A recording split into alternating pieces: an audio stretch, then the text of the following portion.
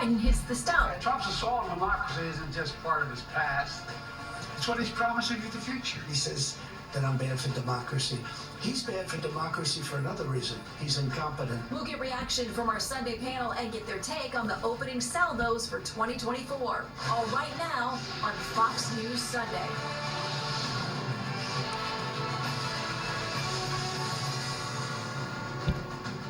Hello from Fox News in Washington. Fresh off the highest single month of illegal crossings in U.S. history, the pressure to pass sweeping border security reforms attached to aid for Israel and Ukraine gears up as the clock ticks towards a potential government shutdown.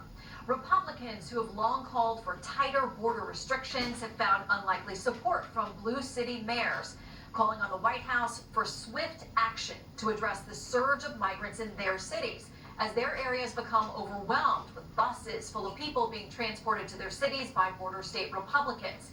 In a moment, we're going to talk with two leaders at the center of this debate, Texas Republican Governor Greg Abbott and Denver Democratic Mayor Mike Johnston. But first, we turn to Casey Stegall, live from the southern border in Eagle Pass, Texas. Hello, Casey. Shannon, good morning. A new year has started with new activity out here on the front lines of this escalating crisis. Migrants climbed through the border wall this week in Lukeville, Arizona, after cartels cut a hole in the steel structure. While in Eagle Pass, Texas, hundreds continue to illegally cross and turn themselves in. They're just, going to be arrested, knowing full well that if they're arrested and claim political asylum, will be processed as a political asylee until their case is heard. CBP sources tell Fox more than 302,000 migrant encounters were recorded at the southern border last month. That's roughly the entire population of Pittsburgh. Every state and city in this country is a border state. House Speaker Mike Johnson led a delegation of more than 60 Republican lawmakers to Eagle Pass, where they put pressure on Democrats to reach a deal on immigration restrictions. While on the ground, Johnson also made this prediction about the 2024 election. And I do believe, in large measure because of this issue, I do think that we're going to have a change in the White House. I think we're going to have a Republican president. I think we're going to win the Senate, and we're going to expand the majority in the House. The administration shot back, accusing the GOP of standing in the way. We have Shameful. Republicans that's literally blocking the president's effort. Shameful to do lady. something. That's what they're doing. They're playing political games. What are you playing? Lying. And all eyes will be on Washington next week, with DHS Secretary Alejandro Mayorkas facing an impeachment inquiry on Wednesday. But first, He will should be travel impeached. back down here to Eagle Pass for another operational visit scheduled for tomorrow. Shannon? We know you'll have us covered on that. Casey Stegall, live at the southern border. Thank you, Casey. Joining us now, Texas Republican Governor Greg Abbott. Governor, welcome back to Fox News An Sunday. honest man. Let's start here. You know we've got the lead negotiator for the GOP in the Senate coming up, Senator James Lankford. The White House says it needs more money. He says they're pressing for policy changes. What's the number one thing you would tell Senator Lankford you need to get the border under control? We need to stop the magnet that is enticing people to cross our border illegally, coming from more than 150 countries across the entire globe. And the way that you do that is to deny asylum to anybody crossing between a port of entry. If you have a valid asylum claim, you can go to one of those ports of entries, of which we have 29 just in the state of Texas alone.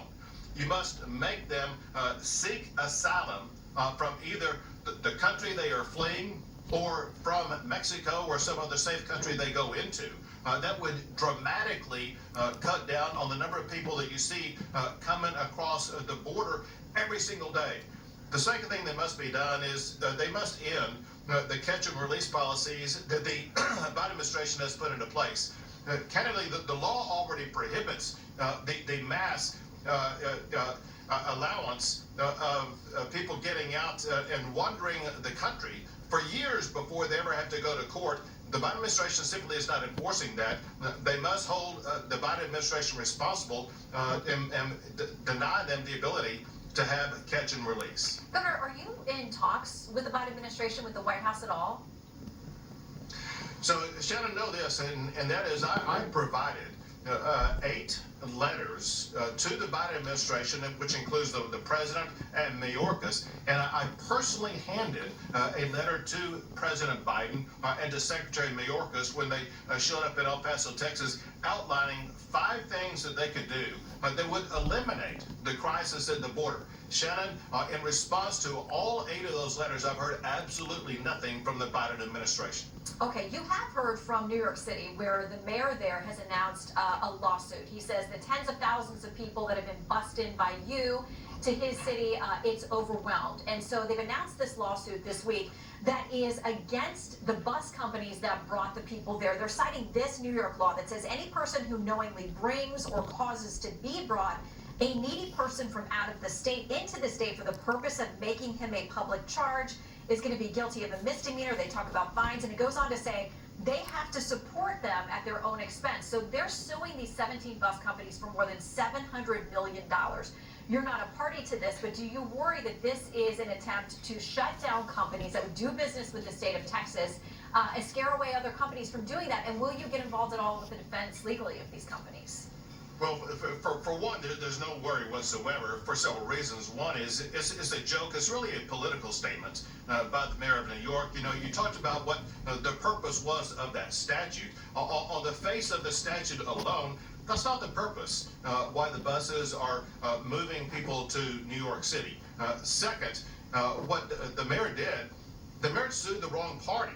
If the mayor really is trying to cut down on the number of illegal immigrants coming into New York, he needs to be suing Joe Biden, not these bus companies, because it's Joe Biden and Joe Biden's policies that's causing the massive multi-million influx into the United States that leads to many of them wanting to go to New York. The third thing I will tell you, and that is the lawsuit is completely legally baseless, and the mayor is going to lose very badly for this very specific reason, and that is everybody who is bused to or planed to New York is already authorized by the Biden administration to be within the United States legally.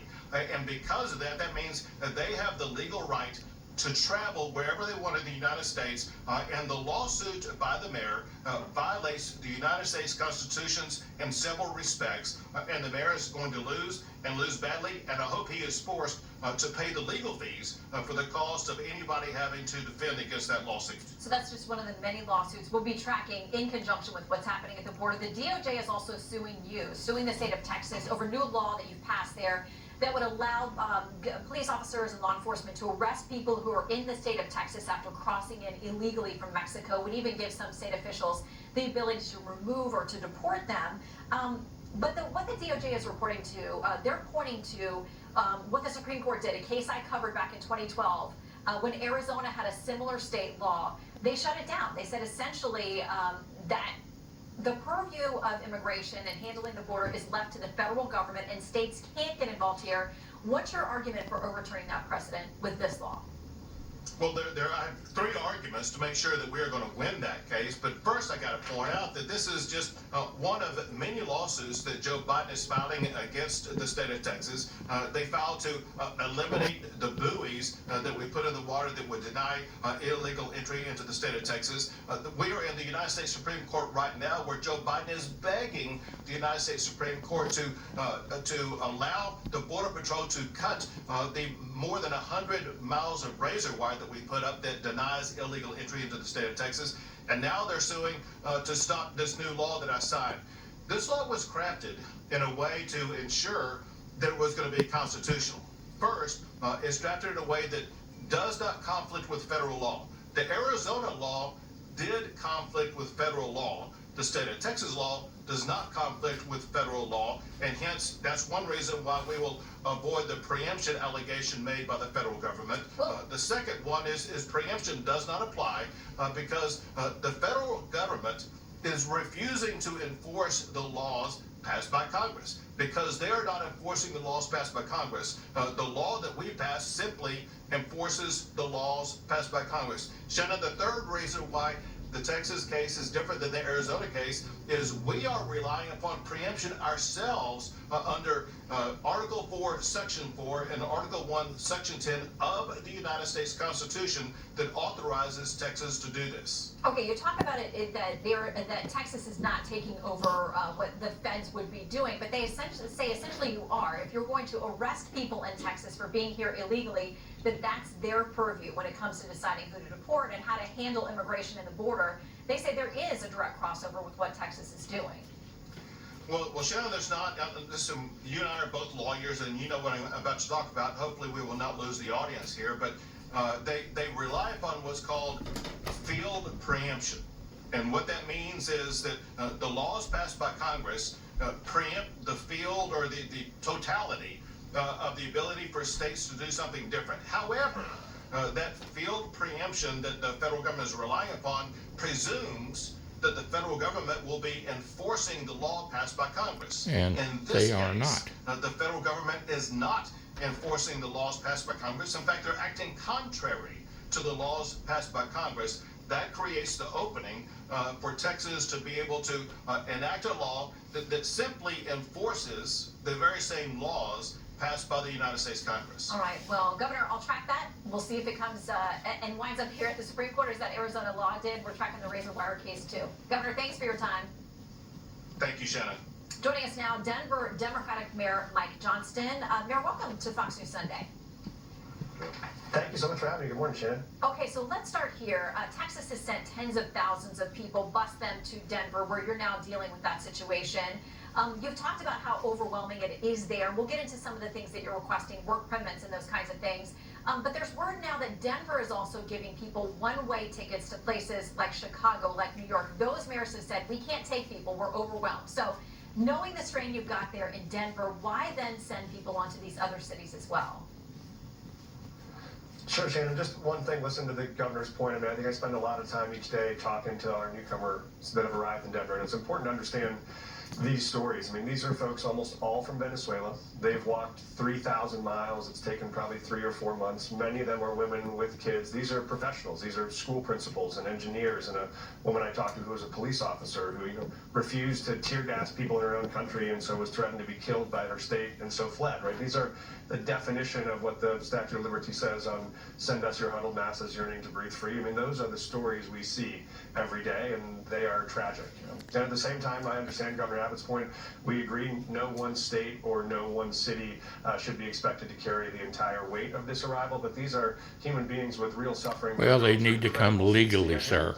But yes, what we have is many folks that arrive in Denver who had no intention of arriving in Denver, never meant to come to Denver. They do have family in the United States. They do have networks. They have a friend who has a job for them or a place to stay, and they were trying to get to a Chicago or a Los Angeles or Nevada. And so if they were sent to Denver through no goal of their own, then we help them arrive at the city where they were trying to arrive, and other cities do the same with us. We have folks that get sent to us from New York or from Chicago because they did have family networks here, and we think that's the best way to set them up for success, especially if they don't have work authorization in the city where they're arriving. You've talked about work permits, and I want to put up something that Senator John Cornyn out of Texas has said about this. He says, when Biden tells migrants do not come to the U.S. and then creates a magnet like work permits, it undermines all deterrence. So do you agree Absolutely. with those who would say the reality is millions of people will be encouraged to take dangerous, illegal journeys to the U.S. if they believe once they get here they'll be able to work? And if you did get those permits there in Denver, are there really tens of thousands of open jobs that these folks could fill? There are, Shannon. The tragic part for me every day is I talk to migrants who will look at me and say, Mr. Mayor, I have strong hands, I got a big back, I have a big heart, all I want to do is to work, can I please work? And at the same time, I have CEOs who call me every day and say, we got hundreds of open jobs, restaurants, hotels, landscape, construction, all of these industries are massively understaffed, and conservative CEOs who want to be able to hire those people. And our challenge is, there's nothing more un-American than looking a hard worker in the face and saying, please, please don't work here in America, just sit and let the government support you.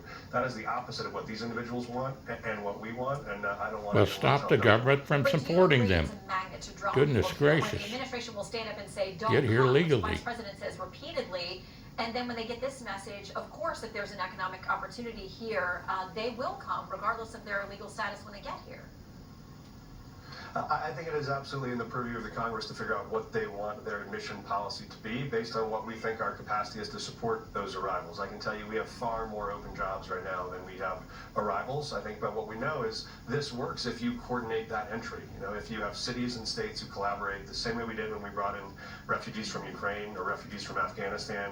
We identified cities that had capacity. We brought them in with work authorization.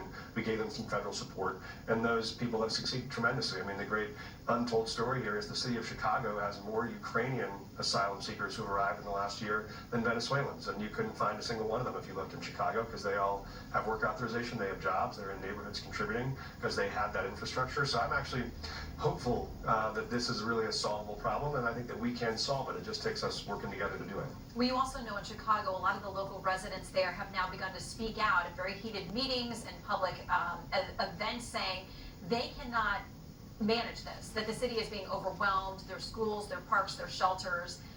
People are very angry with leadership there because it isn't being managed well. I know for you in Denver, you've said this could impact 10 to 15% of your budget in the next year, $180 million to try to care for people in a responsible, humane way.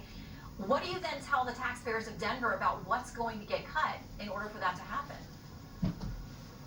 I agree with you, Shannon. It is unsustainable in the current structure. When we have 30 or 40,000 people arriving without work authorization, without federal support, it is going to be a huge strain on cities. But that doesn't mean we can't solve it. We could solve it if we actually had work authorization for folks that came, if we had resources at the border so that you could adjudicate these asylum claims faster. We have folks that arrive in Denver and their court dates are 2029. It's 5 years out because the courts are so backlogged. If you could put capacity at the border to administer these asylum claims in 30 or 60 days, decide who has a valid claim, and then send them to interior cities with work authorization, even while they're waiting to hear that claim, we could put them to work, we could solve this. And what I always say is there's a direct relationship. The more work authorization the federal government gives us, the less federal resources they give us. If you send us someone to Denver who has to wait 6 years for a court hearing and they can't work in the meantime, we're going to need almost endless amounts of Don't you get it? The federal government is in extensive debt.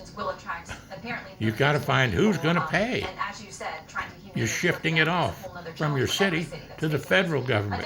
It all comes back to Thanks for having me. outrage building here in Washington over an extraordinary breach of protocol. The Ridiculous. Pentagon waiting 3.5 days to tell the White House that Defense This guy Secretary can't even Lloyd communicate Austin was hospitalized in intensive to the- care, and even longer the to tell country Congress and that the he's public. disabled. We're going to get reaction from GOP Senator James Goodness Langford, who sits on gracious. the Intel Sad. and Homeland Security committees. He's live next. House learned the news Thursday. Congress and the public didn't find out until Friday.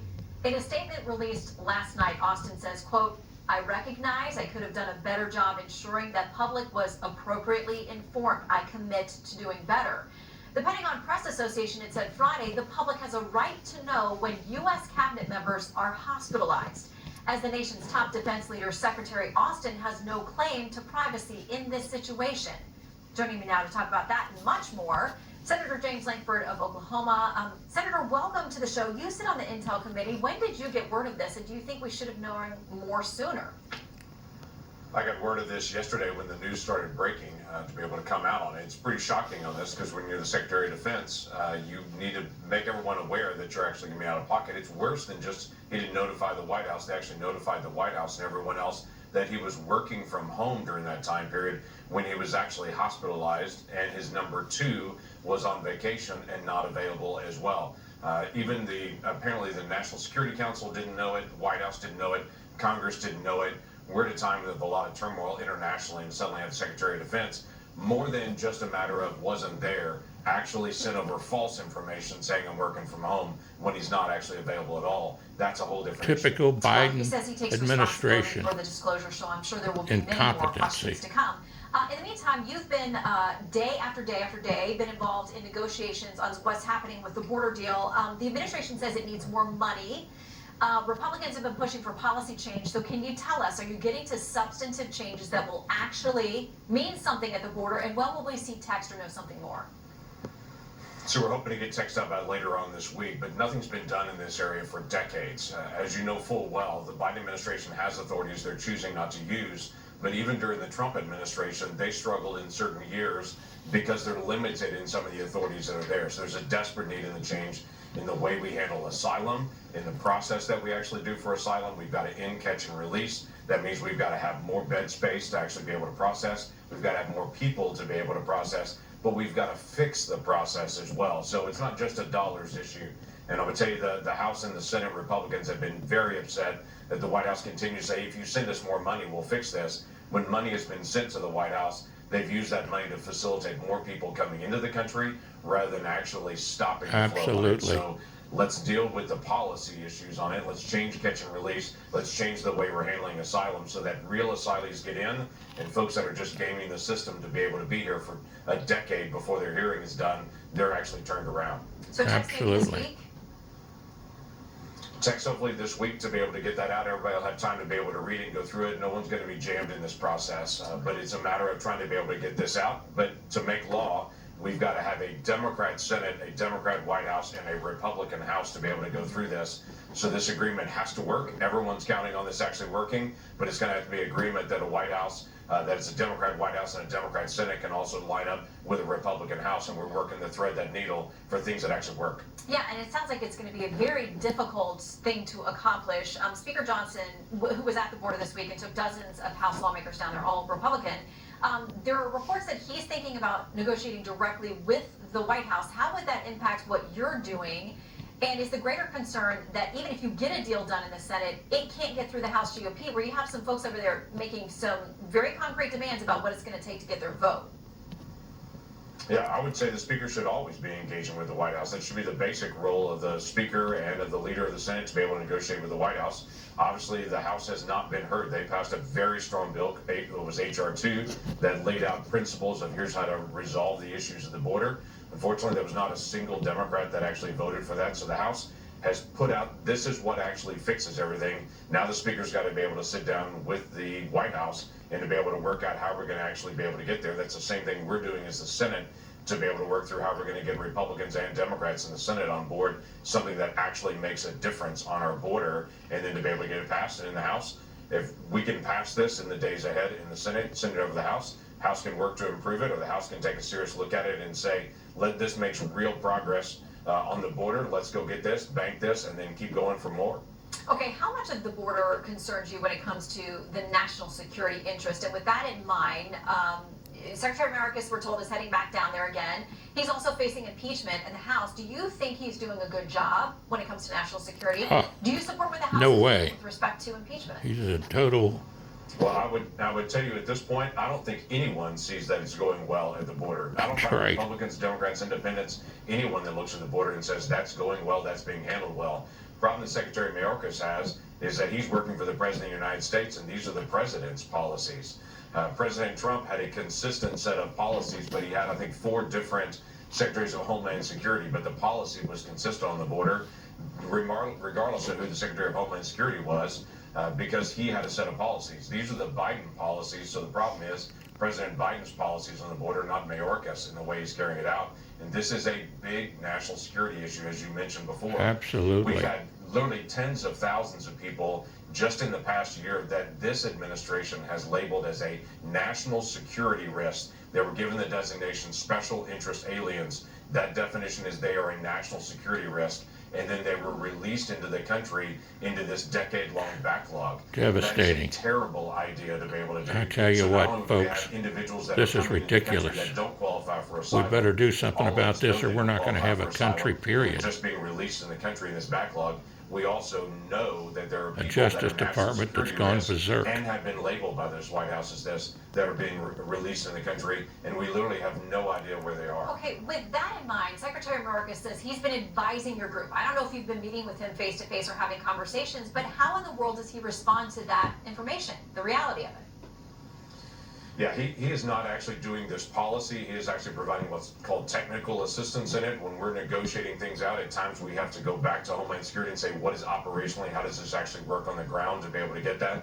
But we're driving the policy issues, but we are reaching out to him to go through technical assistance in the process as well. I would tell you, he has said several times, give me more authorities and I'll take this on. At this point, we're going to test it out and try to make sure of that, because the biggest thing we can do is actually try to have mandates in this, that we actually enforce the border, and to be able to take on the issue of how we actually handle asylum again. Because this has been a big problem now for over a decade. It does not get better by doing nothing. It gets better by doing something.